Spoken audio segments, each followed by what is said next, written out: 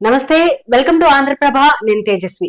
ఒకవైపు ఏపీలో చూసుకుంటే యువగలం పాదయాత్రకు సంబంధించి విజయోత్సవ సభ అనేది నిర్వహించడం జరిగింది. అందులో చంద్రబాబు నాయుడు అలాగే పవన్ కళ్యాణ్ దాదాపు 10 సంవత్సరాల తర్వాత ఒకే వేదిక పైన ప్రజలకి కనిపించడం కూడా జరిగింది. అలాగే తెలంగాణ విషయానికి వచ్చేటప్పటికి అసెంబ్లీ సమావేశాలు అనేవి ఎంతో ఉత్కంఠగా సాగుతూ ఉన్నాయి. చాలా ఇంపార్టెంట్ టాపిక్స్ కూడా మాట్లాడుతూ ఉన్నారు. వీటి గురించి మనతో మాట్లాడడం కోసం ఆంధ్రప్రభ ఎడిటర్ వైఎస్ఆర్ శర్మ సార్ మనతో పాటు ఉన్నారు. సార్ తో మాట్లాడదాము. నమస్కారం సార్. నమస్తే అండి. సార్, అసలు ఏమంటారు? నిన్న జరిగిన సభలో ఒకవైపు పవన్ కళ్యాణ్ అలాగే చంద్రబాబు నాయుడు ఇద్దరు కూడా 10 సంవత్సరాల తర్వాత కలిసి ఒక స్టేజ్ మీద కనిపించడం జరిగింది. అసలు ఇది ఎంతవరకు సక్సెస్ అయిందంటారు ప్రజల దృష్టిలో నుండి చూస్తే కనుక? ఇప్పుడు నిన్నంతా ఉత్తరాంధ్ర మొత్తం కూడా యువగడం హోరే ఒక రకంగా చెప్పాలంటే. జనం కూడా బాగా అటెండ్ అయినారు.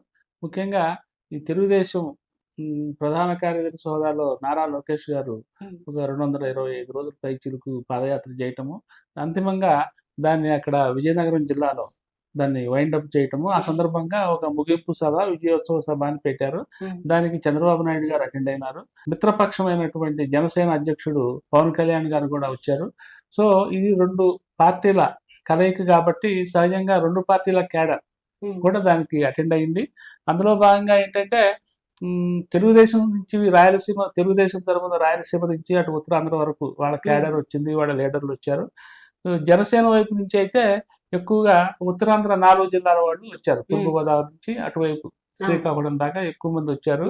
సో జనసందోహానికి అయితే ఏమాత్రం తక్కువ లేదు. చాలా వాళ్ళు ఎక్స్పెక్ట్ చేసినంత మంది ప్రజలు వచ్చారనే తెలుగుదేశం అండ్ జనసేన వాళ్ళు కూడా చాలా they felt very happy.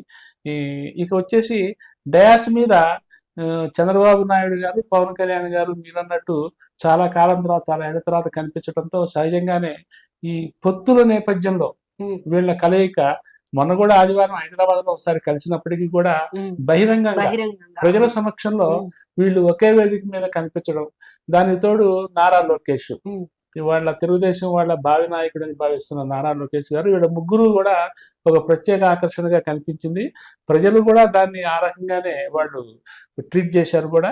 So మొత్తం మీద నిన్నటి సభలో చంద్రబాబు నాయుడు గారు పొత్తుల గురించి లైట్గా ప్రస్తావించారు.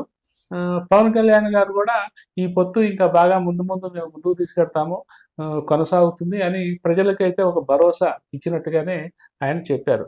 సో స్థూలంగా చూస్తే నిన్నటి సభ చాలా దిగ్విజయంగా ముగిసినట్టే మనం భావించాలి.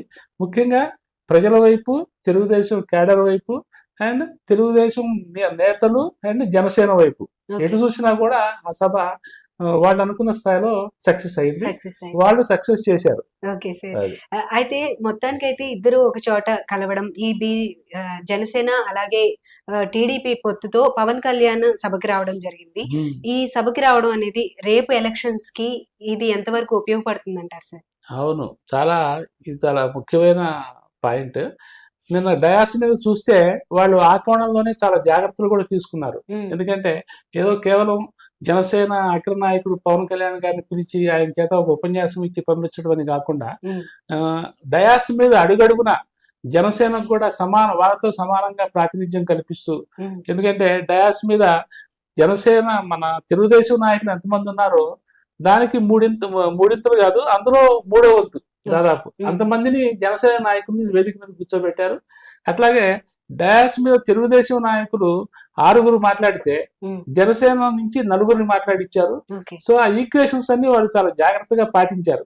అంటే తెలుగుదేశము జనసేన ఒకే వేవ్ లెంగ్త్ లో నడుస్తున్నాయి, ఇందులో మేము ఎవరో ఎక్కువ తక్కువ కాదు అనే ఒక మెసేజ్ జనానికి ఇవ్వటం కోసం వాళ్ళు ఇటువంటి చిన్న చిన్న జాగ్రత్తలు కూడా తీసుకున్నారు. సో దానివల్ల ఏమైందంటే డయాస్ మీద ఎవరు ముందు ఎవరు వెనక అని జనం కూడా ఊహించుకోవడానికి, ఆలోచించడానికి, అనుమానించడానికి కూడా వీలు లేకుండా వాళ్ళు చాలా సమాన ప్రాతినిధ్యంగా ట్రీట్ చేశారు. ఇది చాలా స్పష్టంగా కనిపించింది కూడా. సో అందుకని ఈ పొత్తు అనేది మేము సరైన పందాలోనే నడిపిస్తున్నాము. సో రేపు ఎన్నికల్లో కూడా మేము ఇదే రీతిన, రేపు సీట్ల పంపిణీ దగ్గర నుంచి కూడా మేము ఇదే రీతిన ఇదే పందాలో చాలా సామరస్యంగా ముందుకు పోతాము అని చెప్పటం అనేది దీనిలో ఉన్న పరమార్థం అనమాట.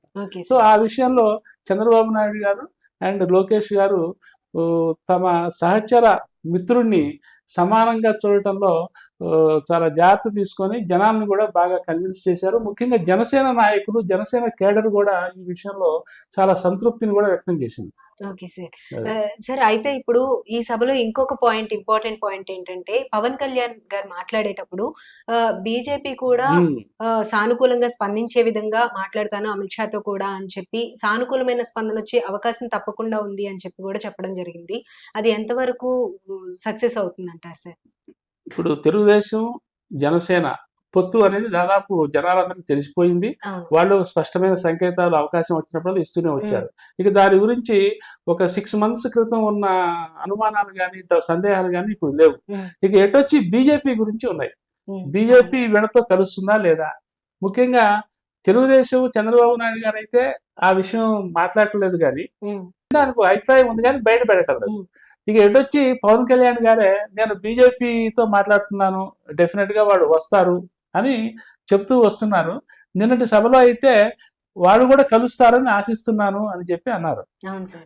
అంతవరకే ఆయన పరిమితమైనారు తప్ప ఇంకా అంతకుమించి ఆయన అడ్వాన్స్ గా పోలేదు. ఉమ్, దీన్ని బట్టి ఏంటంటే బీజేపీ ఇంకా స్టిల్ తన దారిని తను సొంత నిర్ణయం తీసుకోవాలి. ఒక పవన్ కళ్యాణ్ ఇన్ఫ్లుయెన్స్ చేస్తేనో, చంద్రబాబు నాయుడు ఇన్ఫ్లుయెన్స్ చేస్తేనో ఉమ్, ముందడుగు వేసే పరిస్థితి అయితే కనపడటం లేదు. వాళ్ళకంటూ వాళ్ళ సొంత ఎజెండా ఒకటి ఉంది. ఉమ్, ఇంకోటి ఏంటంటే చంద్రబాబు నాయుడు గారు నిన్న ఈ అకేషన్ కి ఒక పవన్ కళ్యాణ్ గారిని ఇన్వైట్ చేశారు కానీ మిగతా ఏ పార్టీని ఆయన ఇన్వైట్ చేయాల. ఉమ్, ఒక లెఫ్టిస్టులకి ఏమండి, సిపిఐ సిపిఎం కి అట్లాగే అవును. బీజేపీకి ఉమ్, ఆయన ఇన్విటేషన్లు పంపించి వాళ్ళని ఆహ్వానించి ఉంటే ఎట్లా ఉండేదో. అవును ఇది సార్. కేవలం వాళ్ళు తెలుగుదేశం పార్టీ సక్సెస్ ప్రోగ్రామ్ లాగా, సక్సెస్ మీట్ లాగా వాళ్ళు పెట్టుకున్నారు. ఉమ్, అందులో భాగంగా వాళ్ళు పొత్తు ఆల్రెడీ దాదాపు ఒక స్థిర నిర్ణయానికి వచ్చారు కాబట్టి పవన్ కళ్యాణ్ గారిని పిలిచారు. అవును. సో బీజేపీని కూడా పిలిచుంటే ఏం చేస్తుండేది?